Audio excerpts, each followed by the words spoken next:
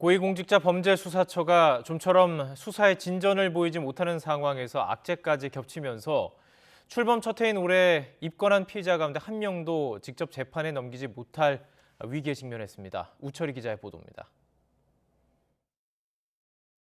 고위공직자범죄수사처가 한때 수사인력 대부분을 투입했던 고발사주 의혹 수사. 핵심 인물인 손준성 검사에 대해 청구한 구속영장이 2차례 기각된 이후 답답한 상황입니다. 새해부터 피의자 신문조서의 증거 능력이 제한되고 대선 개입이라는 비판이 거세질 수 있다는 점까지 더해져 내부에선 연내 불구속 기소라는 전망이 나오기도 했습니다. 하지만 최근 손 검사가 건강 악화로 전치 6주의 진단을 받고 입원하면서 당분간 추가 소환을 통한 보강 수사가 어렵게 됐습니다.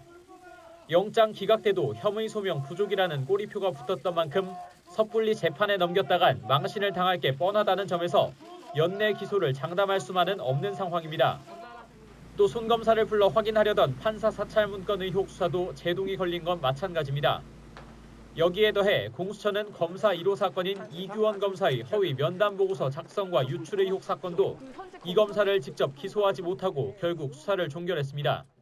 지난 3월 검찰로부터 사건을 넘겨받은 뒤 이 검사를 3차례나 소환 조사까지 했지만 같은 사건을 수사 중인 검찰과 합의일적 처분을 위해서라는 이유로 9개월 만에 다시 이첩한 겁니다.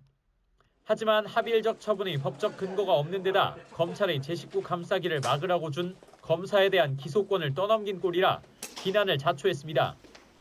이성윤 서울구검장의 공소장 유출 사건은 아예 좌표를 다시 설정해야 하는 지경입니다. 공수처는 당시 사건을 수사한 수원지검 수사팀을 겨냥해 반발을 무릅쓰고 대검찰청 등에 대한 압수수색까지 벌였습니다. 하지만 진상조사를 진행하고 있는 대검 감찰부가 당시 수사팀의 연루 정황은 없다는 공문을 보내면서 멋쩍은 상황이 된 겁니다.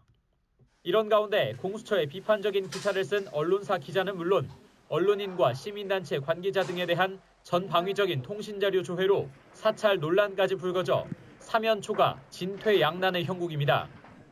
올해 1월 출범한 공수처가 조희연 서울시 교육감 공소제기 요구를 제외하고 야심작 고발사주 의혹을 포함해 주요 사건의 피의자를 한 명도 재판에 넘기지 못한 채 첫 해를 마무리할 경우 수사와 존재 이유에 대한 회의론은 한층 더 커질 전망입니다.